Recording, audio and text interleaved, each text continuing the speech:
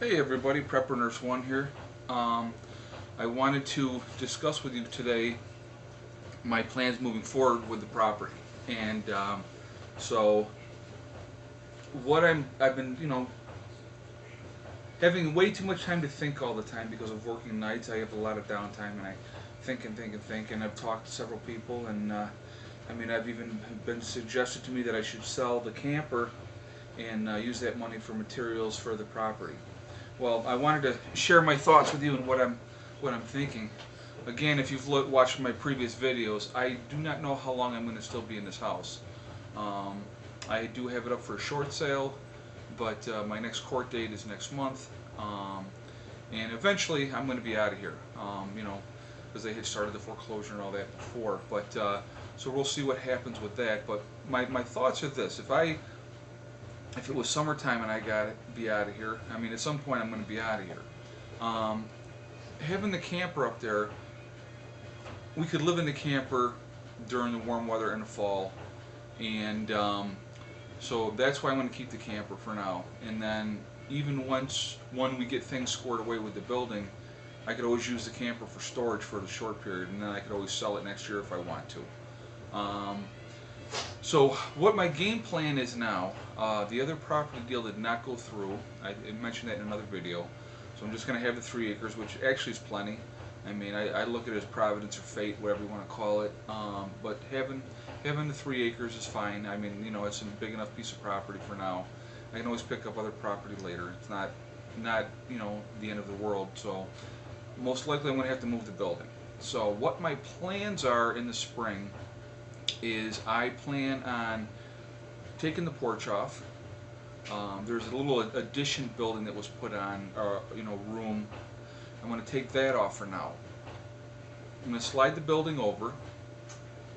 One of the first things that I'm going to do, obviously once I get it stabilized, I want to make sure that's done first, obviously. Make sure that the floor is level, get that all squared away. Then what I'm going to do is take the roof off, put a new roof on, and I'm going to put a metal roof on, because a metal roof will last like 40 years. I was discussing this actually with my cousin, and so I'm going to get a metal roof on the place first, and then because I am in upstate New York, it's all about preparation for winter. So I'm going to get really good windows, really good doors. I'm going to insulate the crap out of it, and I think the way that I'm going to go with the insulation is they have that insulation that you blow in that blows up, looks like it hardens once they blow it in, and that'll really seal it up tight. So I think that's the route I'm going to go as far as insulation goes.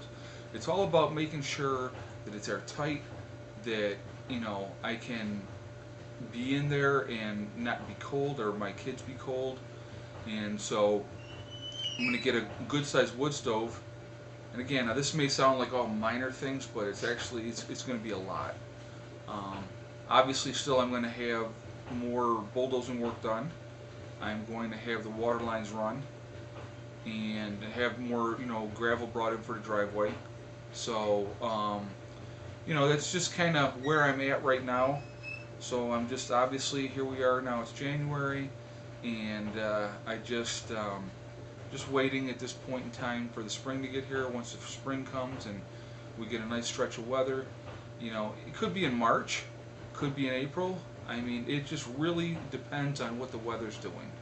And so that's where I'm at as far as what's going on up there for right now. I'll never stop prepping. It's just ingrained in me to always prepare, get ready. So there's such a spectrum of things that you can get as far as prepping. One of the things I did want to talk about too was, I don't know anybody that's watching the channel where you're at as far as with prepping goes, or being off grid.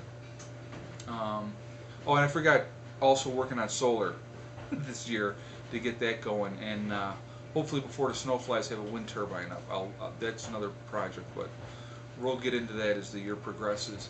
What I was just actually talking to a couple ladies today, and I could see the looks on their faces when I said this scenario to them. So here's a scenario I want to throw at everybody out there. I said to them, I go, if the grid went down tomorrow, power went out, power's not coming back on. I said, how prepared are you to survive? I said, you can't go to the ATM because the power's out, and most people's money is in the banks, and they use their plastic debit card or their credit cards, and now you won't be able to use those. So you have whatever cash that you have on hand. So, and you can't go to the gas station to get gas, so you have whatever gas you have on hand. Now, most people maybe have a week's worth of food and water, if they're lucky. So I said to the one, and the one lady had said to me, as soon as I said a thing about the money, she goes, I don't even have any money, any cash on me right now. So, you know, hopefully I planted a seed there. But if you look on the FEMA websites or the Red Cross websites, they will tell you, now these are agencies that deal with disasters and stuff all the time, you should have at least a 2-week supply of food and water. Doesn't sound like a lot, and it's not a lot. But it's a good head start if something really went bad in this country, that you had something to start with to survive. So, obviously, I have, you see my buckets and stuff, and those are all full of food and stuff, and I have 85 or 86 buckets, I believe. And I'll do a video on that at some point, so you guys see how I vacuum seal everything. But I use the Home Depot buckets because they have the rubber seal. So once I vacuum seal everything that I store, so all the air is sucked out of that, then I put them in the buckets, and then the buckets are resealed again. And obviously I'm in my basement, so it stays cool down here even in the summertime. So it stays a constant temperature. So they're vacuum sealed with a double seal with the thing, and because they're orange, darker buckets, no sunlight's obviously getting in there. So there's nothing to really damage the food that's in there. Rice will store indefinitely. Honey is also another one that will store forever. Pasta is another one. You can store pasta forever too, and it can still be used. So, but when you vacuum seal everything, and you get all that air out of there, there's no moisture, there's no air, no sunlight. Those are the keys as far as, you know, storing food. You don't want to have anything that can get in there and, you know, bugs and stuff and lay eggs and whatnot. So, you know, that's the way that I did it. But, you know, then I have my pantry of food and stuff, and, you know, I have a good supply of food. I have, up over here, actually I can show you this real quick. Up on top, you'll see my MREs, obviously propane. These are my candles that I got. They're 100-hour or 115-hour candles per candle. So there's those, and I think I have these 10. Actually, I can show you real quick. These I like because, let's see, 3, 6. I have 12 of them, and it's 115 hours burn time per unit. And actually I got these at Emergency Essentials, obviously, as you can see that on there. But I like these because there's not, it doesn't leave something in the air as it burns off, but it'll give you light, each one, for 115 hours. So, you know, that's a long time. And, but yeah, so I mean, I got the MREs up here, and these will last 7 to 10 years, and there's 12 meals in each one, and each meal is about 2,000 calories. So, you know, then I got my propane lanterns, and that's a battery-operated lantern. You know, so I just, it's, you know, just constantly always looking to add on the next thing. Stepping back up.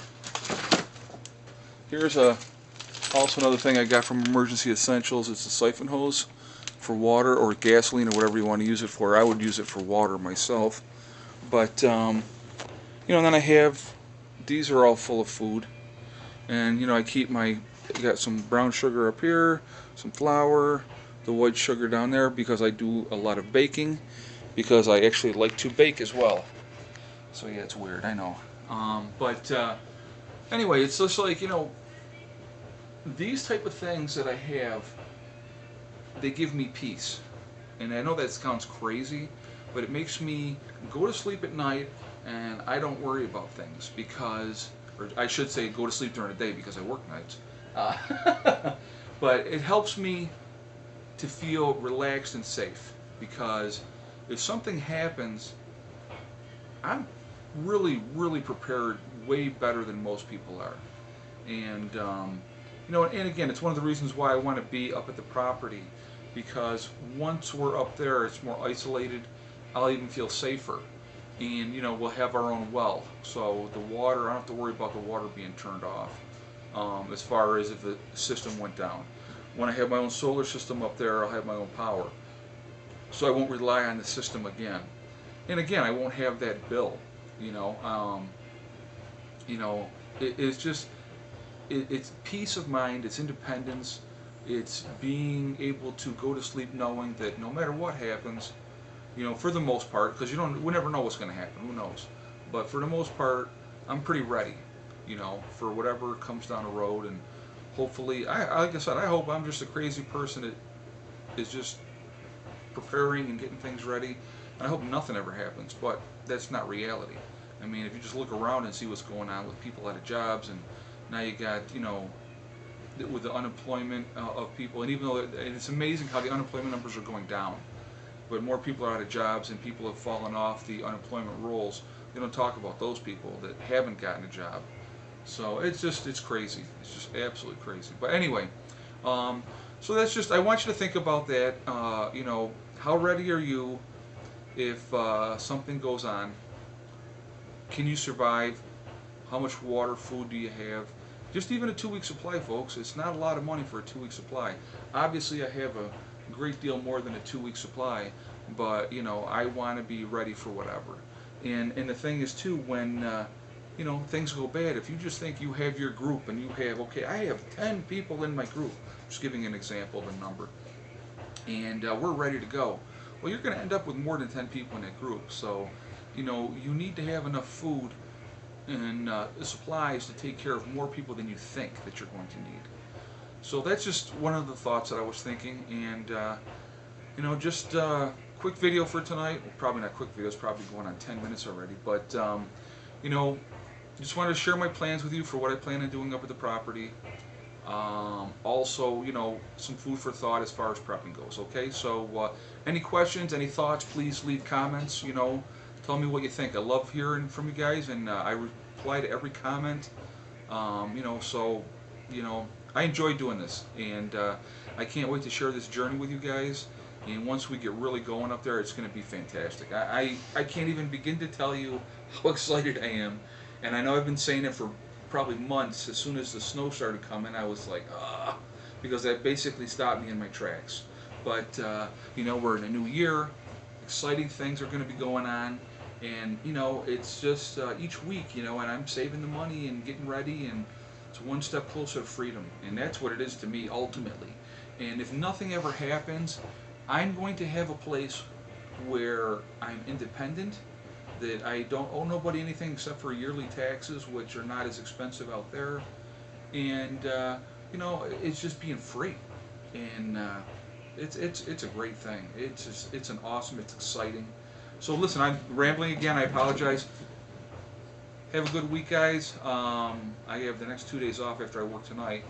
So I'm thinking of taking a run up to the property. I might run up there Wednesday, so I'll do a video when I do that. Okay, so I'll talk to you later. Have a great night. Thanks. Bye.